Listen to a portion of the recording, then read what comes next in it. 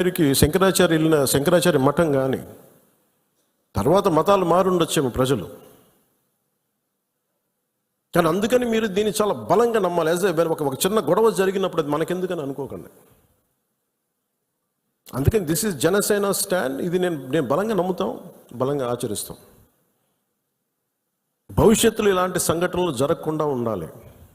మనం ఇవ్వగలిగేది ఏంటంటే, ఒక నాయకుడికి దేశాన్ని ఒక చిన్నపాటి ఇంటిని నడపాలంటేనే కష్టం. ఇన్ని రాష్ట్రాలు, ఇన్ని విభిన్నమైన సంస్కృతులు, ఇన్ని భాషలు, ఇన్ని పొలిటికల్ పార్టీస్, వీటన్నిటి మధ్య వైరుధ్యాల మధ్యలో ఒక ఏకాభిప్రాయంతో ఒక దేశాన్ని నడపాలి ఒక ప్రధానమంత్రికి అంటే ఎంత కష్టమైన పరిస్థితి అది. అలాంటి వ్యక్తులకి మనం ఇవ్వగలిగేది చిన్నపాటి ఊతం అంతే, చిన్నపాటి ఆసరా.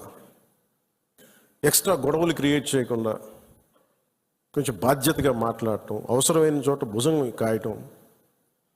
As part of NDA this is our responsibility. ఎందుకు నేను దీన్ని ఫస్ట్ టైం, నేను ఇప్పుడు దాకా మాట్లాడిన విధానంలో కొంచెం సాఫ్ట్గా ఫస్ట్ టైం నేను ఎందుకు హిందూ టార్గెటెడ్ హిందూ, మిగతా వాళ్ళు ఇబ్బంది పడతా ఉన్నారు మాట్లాడటానికి.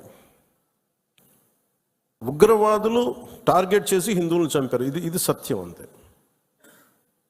వాళ్ళు అన్న మాట నాతో ఏంటంటే, మధుసూదన్ గారి భార్య, ఇఫ్ ఆమె ముస్లిం నన్ను స్పేర్ చేసేవాళ్ళు సార్. మేము చేసింది పాపం, బీయింగ్ హిందూ పుట్టడమా మేము చేసింది?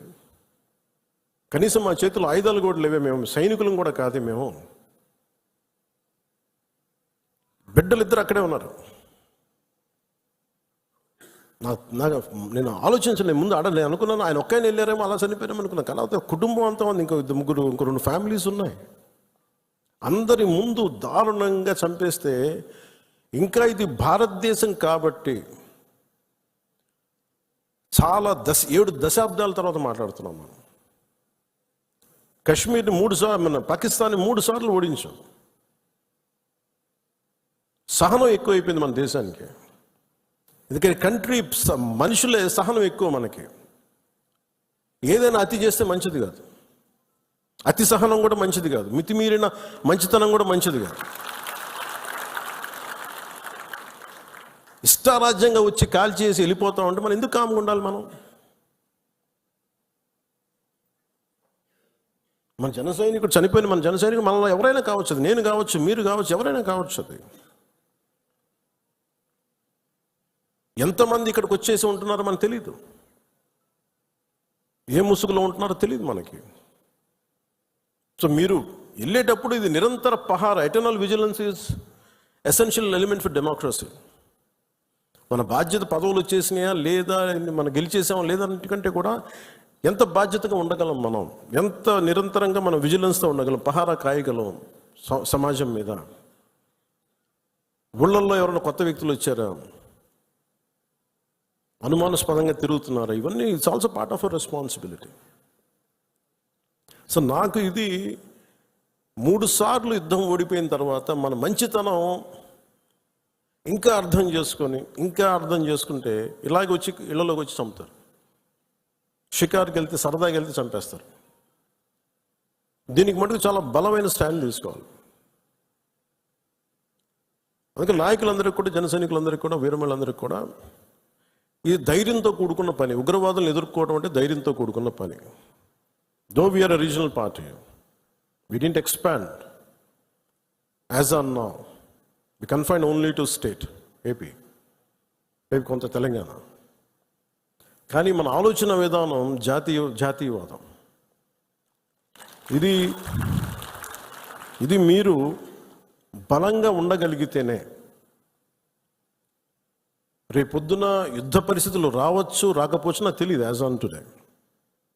బట్ కొన్ని 7 అంశాల మీద నిర్ణయాలు తీసుకున్నారు. ముందు వాటర్ ఆపారు. అంటే కొంతమంది మాట్లాడుతారు, కొంతమంది లీడర్స్, ఎంత లౌకికవాదం, ఎంత సెక్యులరిజం అంటే అందరికీ, ఎంత సెక్యులరిజం అయిపోయిందంటే అందరికీ. నేను అనేది మన కంట్రీ స్లోగనే సత్యమేవ జయతే. Unlike America, in God we trust అంట. 3 కోట్ల దేవతలున్న దేశాలలో మన సత్యాన్ని నమ్ముతాం, కానీ మన అమెరికాలాగా ఇన్ గాడ్ వి ట్రస్ట్ ఒక దేవుడిని పెట్టలేదు మన దేశంలో. We're beyond religion, we're beyond God. Truth is eternal. సత్యం అంటే ఏంటి? ఒక తప్పుని తప్పుగా చెప్పడం, ఒప్పుని ఒప్పుగా చెప్పడం. If I make a mistake admitted it's a mistake. Constant కరెక్షన్లో ఉండాలి. ఎటర్నల్ ట్రూత్ అది. అలా కాకుండా ఇంత 26 మంది చనిపోతే మత ప్రాతిపాదికని చంపినా కానీ మన సెక్యులర్ వాదులు, సో కాల్డ్ సూడో సెక్యులరిస్ట్, వాళ్ళు ఏం మాట్లాడుతున్నారు? మతం అడిగి చంపలేదంటారు. చనిపోయిన మధుసూదన్ గారి భార్య అందరూ వాళ్ళు అబద్ధాలు చెప్తారు. వాళ్ళు పాకిస్తాన్ని ప్రేమిస్తూ ఉంటారు. వీళ్ళందరూ ఇక్కడ భారతదేశంలో కూర్చొని మీరు పాకిస్తాన్ని ప్రేమిస్తుంటారు. మొన్న కొంతమంది నాయకులు డిబేట్లో మాట్లాడుతుంటే చూస్తున్నాను. మీరు పాకిస్తాన్ అంత ప్రేమిస్తే దయచేసి పాకిస్తాన్కి వెళ్ళిపోండి. ఇక్కడ ఎందుకు? పాకిస్తాన్ మీద మీకు అంత ప్రేమే ఉంటే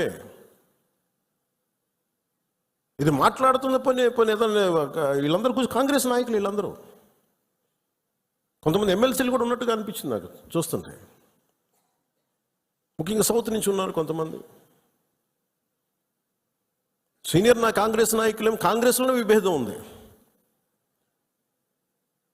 మేము వెళ్ళిపోతే మీరు పాకిస్తాన్ని, మీరు భారతదేశంలో దాడి జరిగినప్పుడు భారతదేశానికి నిలబడాలి తప్ప పాకిస్తాన్కి నిలబడతాం మీరు సెక్యులరిజం అంటే అది ఏ ససేమిరా ఎవరు ఒప్పుకోరు. ఇక్కడ ఆ బలం మనం చూపించాలి. మనం ప్రాణాలు పోతే తిరిగి వస్తాయా? ఆయన ప్రాణాలు పోయినాయి. ఆయన బిడ్డల పరిస్థితి ఏంటి? ఆయన భార్య పరిస్థితి ఏంటి? మెరిట్ మీద ఉద్యోగం సంపాదించుకున్న అబ్బాయి, ఒకటే కంపెనీలో నిలబడి ఆ మెరిటోరియస్గా ఎదిగినవాడు, ఒకటే మాట ఆయన మా మిస్సెస్ మాట్లాడుతూ ఉన్నారు. మాకు ఏం ఆశలు లేవు సార్. మేము సింపుల్ ఒక చిన్న మిడిల్ క్లాస్ ఫ్యామిలీ. మేము టీవీల్లో కనిపిస్తామని మా కళ్ళలో కూడా ఉన్నాం. కానీ మా దురదృష్టం ఇలా కనిపించాం మేము టీవీలోనే. నా భర్త చనిపోయినప్పుడు ఇలా మేము టీవీలో కనిపించి మా బతుకులు బయటకు వచ్చినాయి. నా భర్త చనిపోయాడు, అది చెప్పుకోవాల్సిన దుస్థితి మాకు వచ్చిందని. వెళ్ళినప్పుడు బిగినింగ్లో ఆవిడ నన్ను ఎంత ఒకలాగా ఒక నిష్ఠూరంగా మాట్లాడారంటే బాధపడుతున్నారు. మిమ్మల్ని అనకూడదని మళ్ళీ అన్నారు. మీరందరూ ఇస్తేనే కదా నమ్మకం. ఇది మోదీ గారి ప్రభుత్వం, ఎన్డీఏ ప్రభుత్వాన్ని కదా మేము భరోసాతో కదా మేము వెళ్ళింది. మేము కాశ్మీరు ఇన్ని కోట్ల మంది వెళ్ళారని మీరు అందరూ చెప్తేనే కదా మేము వెళ్ళాం కాశ్మీరు. మమ్మల్ని ఇలా పెట్టేశారు ఏంటనేది ఆవిడ మాట్లాడుతుంటే నాలో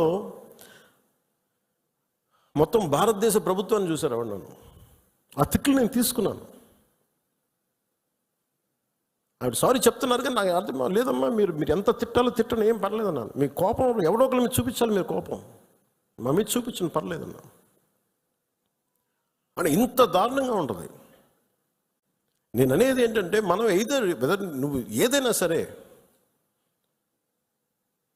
మత ప్రాతిపాదికన చంపటం ఇది మటుకు అస్సలు ఏమాత్రం సహించలేదు. అంటే ఎందుకు భారతదేశం చాలా బలమైనది? భారతదేశం మన సెక్యులరిజం చెప్పుకోకర్లా. సెక్యులర్ అనే పదం మనం యాడ్ చేయక్కర్లా. సెక్యులర్ పదం అని యాడ్ చేయకముందు 70s వీఆర్ సెక్యులర్. సెక్యులరిజం అంటే అపీస్మెంట్ కాదు. అది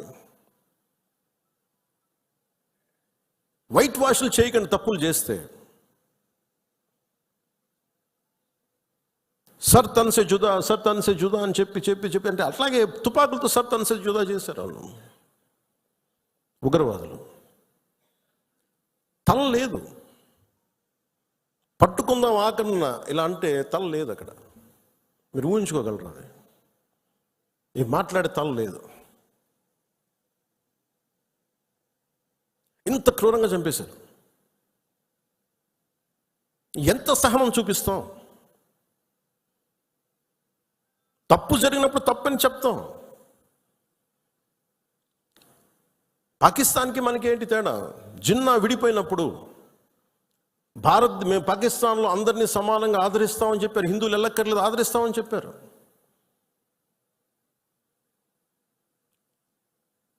రెండు కోట్ల పైన ఉండే చాలా కోట్ల ఎక్కువ అంత జనాభా ఉండే చోట ఈరోజు జస్ట్ పట్టుమని కొన్ని లక్షల్లో ఉంటారు పాకిస్తాన్లో హిందువులు అంతే. బట్ వేరస్ మన దేశంలో పాకిస్తాన్లో ఎంత జనాభా ఉందో ముస్లిం జనాభా అంత జనాభా ఇక్కడ ఉంది. That's what India. అంటే మనం నిజంగా కనుక నిజంగా ఈ సోకాల్ సూడో సెక్యులర్ వాదులు చెప్పిన విధానంగానే అయితే